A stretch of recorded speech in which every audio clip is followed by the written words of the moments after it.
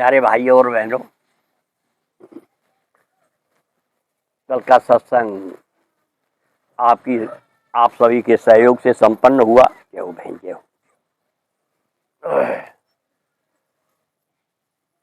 अभी अभी आपने सुंदर भजन सुनी, बड़ा अच्छा लगा और अंतिम कड़ी बहुत ही अच्छी लगी।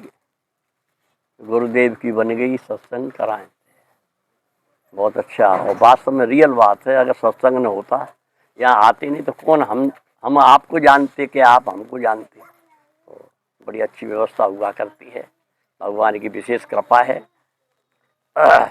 ये सभी मूर्तियाँ इनके दर्शन होते हैं, बड़े अहोभाग्य हैं हम आप सभी के। पांडव वनवास में रहते हैं, प्रभु के आश्रय से रहते हैं। 12 साल का वनवास हुआ था और 1 साल का अज्ञातवास हुआ था। पांडव कहते हैं 12 वर्षे वन में काटी काटी श्याम सहारे सो, और 1 वर्ष को ठौर बताए दे लग जाए नाव किनारे। 12 वर्ष का वनवास हुआ था पांडवों का, और आप जानते हैं 14 वर्ष का भगवान राम का वनवास हुआ था। वन में कैसे रहा जाता है, खाने पीने की, रहने सहने की बड़ी तकलीफ हुआ करती है। भगवान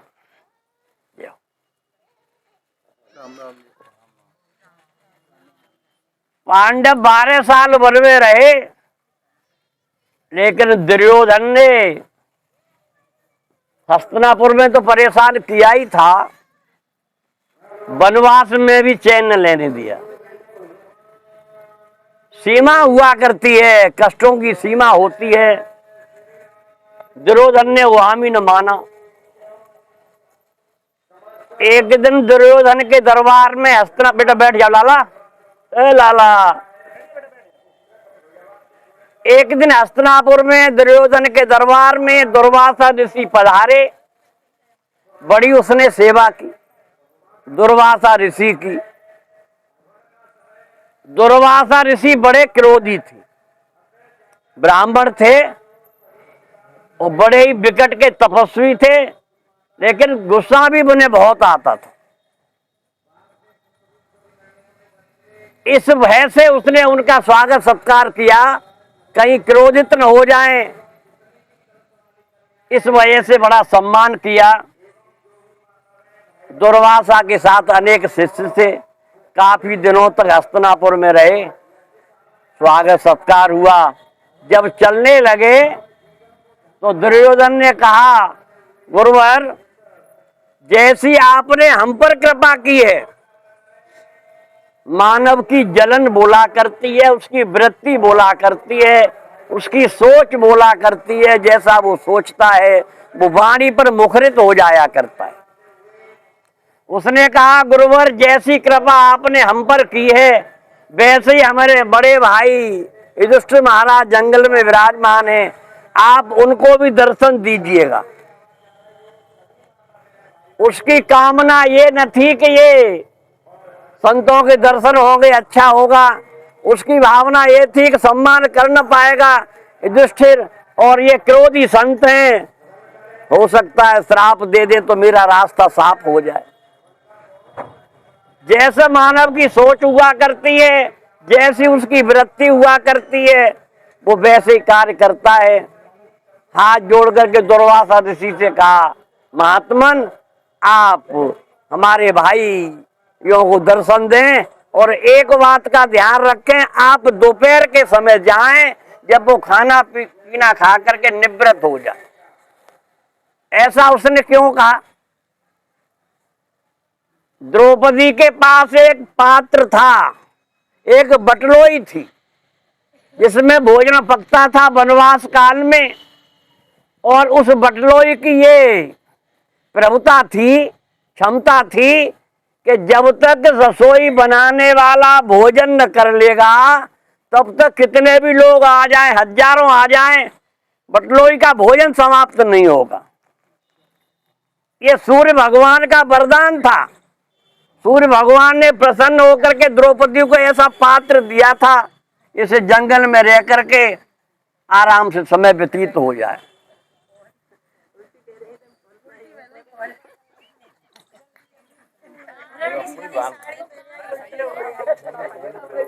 कोई बात ना बहन। अरे आपने तो उल्टी पैर रही है। एक कारखाने में काम करते बेलन चलाओ तो कपड़ा कारे पहनतो भी काम ही पर कारे को तो तेमले के चक्कर में बहू को साया उठा लेगो। कोई खराब बात ना है जा तो ऐसो। जय हो भगवान। इसलिए कहते हैं समय से आप जगेंगे तो सब काम बड़े आराम से हो जाएंगे, और देर में जगोगे तो अभी आके ऐसा ही होगा।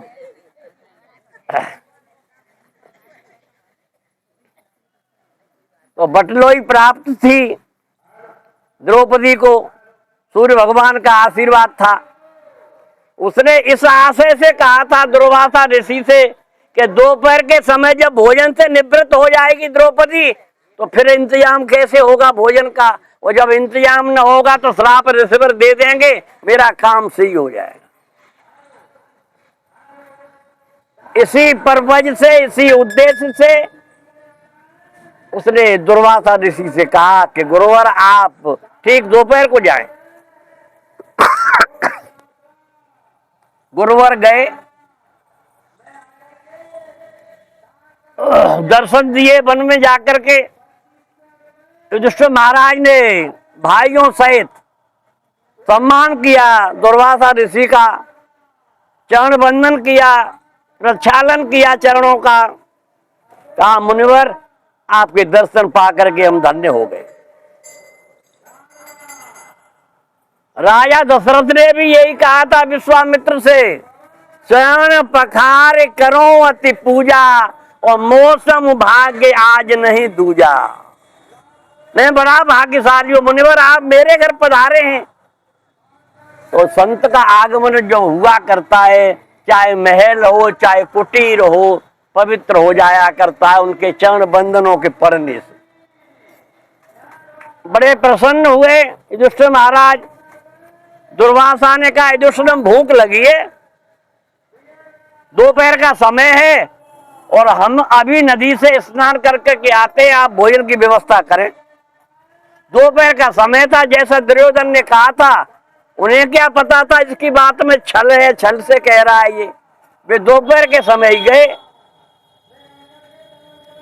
तब तक द्रौपदी खाना बना करके सबको खिला करके खुद भी खा चुकी थी और पात्र को धो मांज के रख दिया था आराम से। दोपहर के समय पहुंचे, ऋषिवर तो चले गए नदी पर नहाने के लिए। युधिष्ठिर महाराज ने कहा अपने भाइयों से लकड़ियां इकट्ठी करो, और लकड़ियां इकट्ठी करके हम लोग सभी अग्नि में जल करके भस्म हो जाएं। अगर भोजन की व्यवस्था संत के लिए न हो पाई तो वो श्राप दे देगा, बुरी गति हो जाएगी। इसलिए भोजन की व्यवस्था तो है नहीं यहाँ, लकड़ी लेकर के उसके आने से पहले हम खत्म हो जाएं, यही अच्छा होगा। द्रौपदी ने कहा महाराज ऐसी बात क्यों करते हैं आप, अभी तो भगवान कन्हैया धरातल पे हैं। भगवान कृष्ण की बड़ी पुजारिन थी द्रौपदी, बड़ी भक्ता थी भगवान कन्हैया की, और भगवान कन्हैया बहन भाई का नाता रखते थे द्रौपदी से, और वो श्याम वर्ण की थी इसलिए उसे कृष्णा भी कहती थी। प्यार से द्रौपदी को भगवान श्री कृष्ण कृष्णा कहा करते थे। द्रौपदी ने कहा अभी तो भगवान धरातल पर हैं, ऐसी कोई बात नहीं, हम गुजारिश करें उनसे प्रार्थना करें, वो हमारी जरूर सुनेंगे। और प्रभु को याद किया गया। हरि व्यापक सर्वत्र समाना, भगवान हर जगह हैं। आप घर पे हो, रास्ते में हो, बीहड़ में हो, शमशान में हो, आप जहां भी हो, भगवान हर समय आपके साथ हैं, बशर्ते आपकी विचारधारा सही हो। द्रौपदी ने याद किया भगवान उपस्थित हो गए, कहो कृष्णा क्या बात है। उसकी आंखों में आंसू थे। द्रौपदी के समय आंसू क्यों थे? भगवान को प्राणी भक्त अपने भाव से बुलाता है तो और बात होती है, और जब आपत्ति के समय भगवान को याद करता है तब और बात होती है। आपत्ति के समय याद किया था द्रौपदी ने, आंसू इसलिए आंख में थे कि आज तो हमने मतलब से याद किया है भगवान को। हमें तो भगवान को वैसे भी याद करना चाहिए। भगवान ने कहा कृष्णा भूख लगी है बड़ी जोर की, कुछ खाने को हो तो दो। रो पड़ी, बोली यही तो मांझ रहा है, यही तो मामला है, कुछ होता खाने के लिए तो हम काहे को दोपहरी में आपको कष्ट देते। बटलोई हमने मांझ धो करके रख दी है, दुर्वासा पधारे हैं, कोई इंतजाम होगा नहीं, बड़ा ऋषि है, क्रोधी है, श्राप दे देगा, इसलिए आपको याद किया है। भगवान ने कहा कोई बात नहीं, बटलोई को उठा के तो ला। द्रौपदी ने कहा उसमें कुछ भी नहीं है, मैंने साफ करके अभी अभी रखी है। भगवान ने कहा ला तो सही। कभी कभी आप देखते हैं उस पात्र में इसमें खाना पकाया जाता है, सब्जी बनाई जाती है, कभी कभी सब्जी लग जाया करती है। हम छोटे थे, गांव में रहते थे, तो हड़िया में दूध गर्म हो तो बरोसी में, और बरोसी में दूध धीरे धीरे गर्म होता था तो तरी में, हड़िया की तरी में वो खुरचन जम जाती दूध की जल जल करके, और जब दूध पलट करके जब खुरचन को खुरचा जाता था तो बहन भैयन में लड़ाई होती, हम खाएंगे कि हम खाएंगे। तो ऐसा हुआ करता है, वो तली में लग जाया करती है, चाहे सब्जी हो और चाहे कुछ भी हो। एक चावल का दाना कहीं लगा हुआ था बटलोई में, साफ नहीं हो पाया था, ध्यान नहीं दिया था, और ये होना था। प्रभु की माया है, भगवान ने उसे नाखून से खुरचा, और खुरच करके भगवान ने खा लिया उस चावल के दाने को, और चावल के दाने को जैसे ही प्रभु ने खाया, डकार ली तो संसार जग गया। भगवान जग गए, संसार जग गया, संतों के पेट फूलने लगे। संतों ने कहा पता नहीं क्या हुआ, कुछ खाया तो नहीं, अपच हो रही है, पेट भरा हुआ है, और अगर द्रौपदी के यहाँ गए भोजन न खाया तो सती है, श्राप दे दी। प्रभु की माया, आप विचार करिएगा। हड़कंप मच गया संतों में, बोले नहा करके जल्दी भाग चलो, अगर भीम आ गया बुलाने के लिए और न गए तो श्राप दे देगी, और कुछ खाया नहीं तो श्राप दे देगी, अब तो जल्दी भाग चलो। भाग गए, इसमें लौट करके न गए। ऐसा हुआ करता है आपत्ति का समय। तो कहते हैं रहीमन विपदा हु भली, जो थोड़े दिन होए, हित अनहित या जगत में जान परत सबको। आपत्ति अच्छी है बशर्ते थोड़े समय की हो तो अच्छा रहता है। उससे लाभ ये होता है कि आपत्ति के समय में जांच हो जाया करती है कौन हमारा है और कौन हमारा नहीं है, जो साथ देता है वही तो हमारा है। तो ऐसा हो जाया करता है। और देखिएगा वनवास का समय था, पांडव भोजन की तलाश में घूमते थे, द्रौपदी कुटिया पर रह जाती थी। एक दिन पानी भरने गई द्रौपदी, पानी भर करके लौट रही थी। विचार करिएगा, 5 पतियों की पत्नी, राजमहल में इंद्रप्रस्थ की रानी, आज पानी भर करके तालाब से ला रही है। समय की कुछ कहा नहीं जा सकता। जानकी ने भी जंगल में लकड़ियां काटी थी, चकिया चलाई थी जानकी ने, जबकि उन्हें कौशल्या ने कभी नहीं कहा कि बेटी दीपक की बाती बुझा दो। लेकिन समय के अनुसार जानकी को बहुत कुछ कष्ट उठाने पड़े, तो समय कुछ भी करा है, समय की बात हुआ करती है। तो द्रौपदी पानी भर के ला रही थी। सुंदर तो थी क्योंकि अग्नि से पैदा थी। उधर से जयद्रथ चला आ रहा था, रथ में बैठा हुआ, दुर्योधन का बहनोई त्रिशला का पति घूमते घूमते चला आ रहा था और उसने द्रौपदी को देखा, पहचान गया और द्रौपदी का हरण कर लिया। उसने जबरदस्ती रथ में बैठा लिया। उसने बहुत रोई, बहुत बिलखी, वो न माना। लेकिन जब पांडवों को पता लगा तो पांडवों ने उसकी जयद्रथ की वो गति की, भगवान ही मालिक। लेकिन दुष्ट व्यक्ति मानता नहीं, तो बड़े बड़े कष्ट झेले थे। 12 साल का समय झेला। 12 साल का समय तो कट गया जंगल में। अब एक वर्ष का समय अज्ञातवास का था। अज्ञातवास हुआ करता है जो ज्ञात न हो सके, जो आपको जान न पाए। आप वेश बदल करके रहें, आपको पहचान न पाए। अगर पहचान लिया गया तो आप फिर पुनः 12 साल के लिए और 1 साल अज्ञातवास के लिए चले जाएंगे। ऐसा दंड था पांडवों की। अब उन्होंने विचार किया 1 साल का समय कैसे काटा जाए, छिप करके रहा जाए, जहां हमारी पहचान न हो सके, 1 साल का समय कट जाए। अब उन्होंने विचार किया क्या करना चाहिए। 5 भाइयों ने और द्रौपदी ने सलाह की। 12 साल तो कट गए। 12 वर्षें वन में काटी, काटी श्याम सहारे सो। और 1 वर्ष को ठौर बताए दे लग जाए नाव किनारे।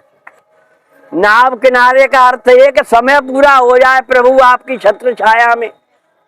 12 साल तो आपकी छत्र छाया में कट गई, अब 1 साल और कटनी बाकी है। प्रभु ऐसा रास्ता सुझा दो जिससे व्यवस्था बन जाए। उस समय विराट नगर के राजा थे, राजा कमल नैन। मैं सुबह नहा रहा था, कभी नहाते नहाते पता नहीं प्रभु की ऐसी शक्ति है कि यही विचार आ गया मन में कि आज यही कहना है 12 वर्ष से वन में काटनी। ऐसा कुछ आ गया तो फिर मैंने सोचा प्रभु की प्रेरणा है तो मैं आज क्यों न इसी को सुनाऊं। तो ये प्रभु की कृपा है। एक संत कहते थे कि मैं बड़ी तैयारी करके आता हूं कि मुझे ये बोलना है, पता नहीं जब बोलने को तैयार होता हूं तो जना क्या क्या बोलता हूं, पता नहीं प्रभु की माया है, वे पता नहीं क्या क्या बुलवा लिया करते। तो प्रभु की माया है। तो विराट नगर के राजा थे राजा कमल नैन। अब पांडवों ने सोचा कमल नैन के राजा हैं, बड़े प्रतापी, बड़ी भगवान भक्त हैं, उनके यहाँ चल करके अगर हम अपना अपना रूप बदल लें और रूप बदल करके उनके यहाँ नौकरी कर लें तो 1 साल का समय कट जाए। तो देखिएगा क्या क्या करना पड़ता है। युधिष्ठिर महाराज ने अपना वेश बनाया मंत्री का, सलाहकार का, और सलाहकार का वेश बना करके राजा कमल नैन के दरबार में प्रेषित हुए और कहा राजन मैं पांडवों के यहाँ युधिष्ठिर महाराज का मंत्री रहा हूं, देखिएगा कैसा क्या क्या कहना पड़ता है।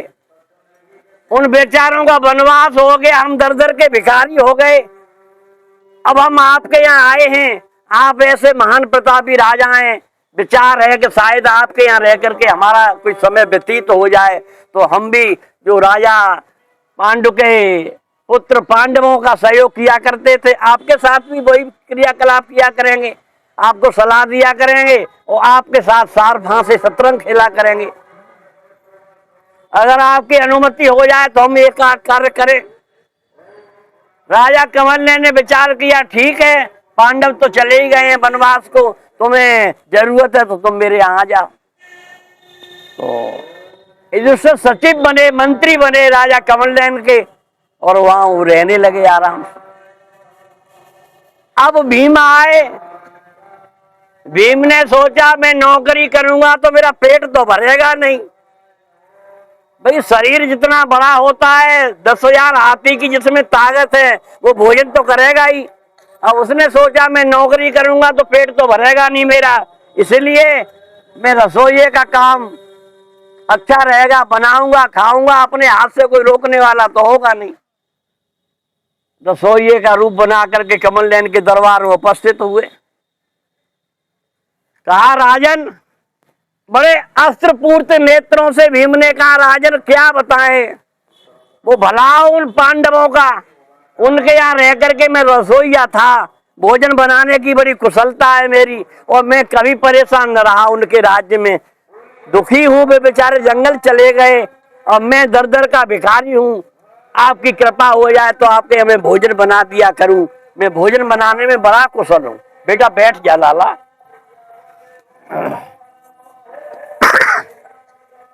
राजा महाराजाओं के रानियां तो भोजन बनाती नहीं, कर्मचारी भोजन बनाते हैं। राजा कमल नयन ने सोचा बड़ा अच्छा है, हमें भी रसोइये की जरूरत है, भोजन बना दिया करेगा। रख लिया भीम को भोजन के लिए। भीम रसोइया हो गए। अब अर्जुन आए। अर्जुन ने उस 1 वर्ष के लिए उन्हें श्राप लगा हुआ था नपुंसक होने का। आप कहेंगे ऐसा क्यों? मानव भी नपुंसक हो जाया करता है। हाँ हो जाया करता है, श्राप के कारण। एक बार अर्जुन अपने पिता इंद्र से मिलने के लिए देवलोक गए, और जब इंद्र के पास गए अर्जुन, तो इंद्र के पुत्र हैं अर्जुन, सभी देवताओं की संतान हैं, कुंती के पुत्र हैं 5, माद्री और कुंती के पुत्र हैं 5, और 5 देवताओं के पुत्र हैं। इसीलिए इंद्र के पास अर्जुन गए। उस समय अर्जुन युवा थे, बड़ी सुंदर कांति थी। इंद्र ने पहचान लिया अर्जुन को, कहा पुत्र आओ बैठो। अपने बगल में सिंहासन के आधे भाग पर इंद्र ने अर्जुन को बैठाया, और बैठाया, सम्मान किया। उस समय सभागार में नृत्य चल रहा था, उर्वशी का नृत्य हो रहा था। उर्वशी देवांगना है, सबसे प्रिय, सुंदर, और आप सुनेंगे तो आश्चर्य में पड़ जाएंगे। नारायण भगवान की जंगा से प्राप्त हुई थी उर्वशी। उर्वशी साधारण नहीं थी, और नारायण भगवान ने इंद्र को उपहार में दी थी, ले जाओ। इंद्र ने तपस्या तोड़वाने के लिए नारायण भगवान का प्रयास किया था, देवांगनाएं भेजी थी, लेकिन भगवान की तपस्या भंग नहीं हुई, और एक जंगा से, जंगा को चीर करके एक सुंदर स्त्री प्रदान और की, कैसे और ले जाओ, इंद्र को दे देना। तो वो उर्वशी थी। उर्वशी का नृत्य चल रहा था, सभी सभागार खचाखच भरा था। इंद्र भी देख रहे थे, अर्जुन भी देख रहे थे। आंखें तो देखने के लिए हुआ करती, देखती हैं। नृत्य चलता रहा। उर्वशी की भाव भंगिमा, नेत्रों की चितवन अर्जुन की तरफ पड़ी, तो अर्जुन भी देख रहे थे, सब देख रहे थे, अर्जुन भी देख रहे थे। उर्वशी ने समझा ये अर्जुन मेरी तरफ लालायत है, मुझे पाना चाहता है, तो नृत्य समाप्त हुआ। अर्जुन अपने कक्ष में ठहरे हुए थे।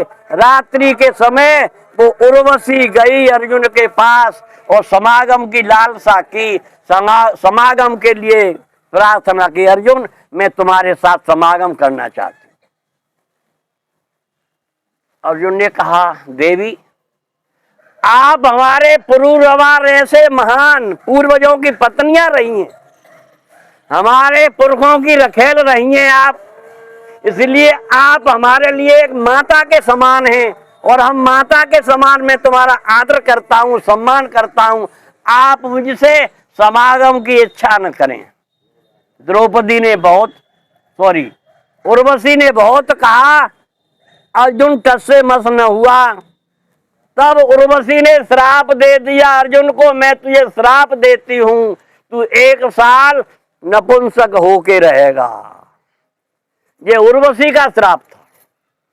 उर्वशी के श्राप से उस 1 साल के लिए अर्जुन नपुंसक हो गया, हिजड़ा हो गया, ब्रहनला हो गया। तो हिजड़े का रूप बना करके, ब्रहनला का रूप बना करके अर्जुन गांडीवधारी विशेष ज्ञाता धनुर्धर आज ब्रहनला के रूप में राजा कमलनैन के दरबार में उपस्थित हुआ। कहता है, राजन, मैंने पांडवों के संगीत का कार्य किया है, नाच गाने का कार्य किया है, छात्राओं को शिक्षा दी है मैंने। मैं ये चाहता हूं कि आपके यहाँ आकर के मैं आपकी पुत्री उत्तरा को संगीत का ज्ञान कराऊं। मेरा समय भी कट जाएगा और आपकी पुत्री उत्तरा, कमलनैन की 2 संतानें थी, पुत्र था उत्तर और पुत्री थी उत्तरा, जो अर्जुन के लिए ब्याही थी। 1 साल का समय व्यतीत हुआ, उत्तरा पारंगत हुई और समय पूरा हो गया। इसके बाद बारी आई नकुल और सहदेव की। दोनों भाई एक साथ दरबार में प्रेषित हुए और राजा कमलनैन से कहा, राजन, हम दोनों भाई हैं और पांडवों के यहाँ गैया चराया करते थे। वो बेचारे वनवास चले गए, अब हमें काम धंधा मिला नहीं, बड़े भूखे प्यासे हैं हम चाहते हैं कि तुम्हारे यहाँ गौ सेवा करते रहेंगे, तुम्हारी गौशाला में रह करके वहीं पड़े रहा करेंगे, आपकी गायों की परवस्ती करते रहेंगे, अगर आपकी आज्ञा हो तो हम बने रहे। 5 भाई शिफ्ट हो गए राजा कमलनैन के यहाँ, एक एक करके। दुष्ट मंत्री बने, भीम रसोईया बना और अर्जुन शिक्षा के लिए ब्रहनला बने और नकुल सहदेव गौशाला में काम करने लगे। अब द्रौपदी रह गई। द्रौपदी आई, उसने दासी का रूप बनाया और आंसू भरे नेत्रों से राजा कमलनैन के दरबार में आई। राजन, मेरा नाम सैरंद्री है, मैं द्रौपदी की दासी हूं। मैं द्रौपदी की सेवा करती थी, वो बन चली गई और मैं मारी मारी फिरती हूं, इसीलिए मैं सेवा करने में बड़ी पारंगत हूँ, बड़ी होशियार हूँ। मेरा नाम सैरंद्री है और तुम कहो तो मैं रानी, आपकी रानी की सेवा करती रहूंगी, मेरा समय भी कट जाएगा। ऐसे करके 5 पांडव और द्रौपदी सहित वहां शिफ्ट हो गए राजा कमलनैन के। अब समय हो गया, अब आगे मैं कल बताऊंगा। इन्हीं शब्दों के साथ वाणी को विराम देता हूँ। बोलिएगा सद्गुरुदेव भगवान की, आनंद कंद भगवान की।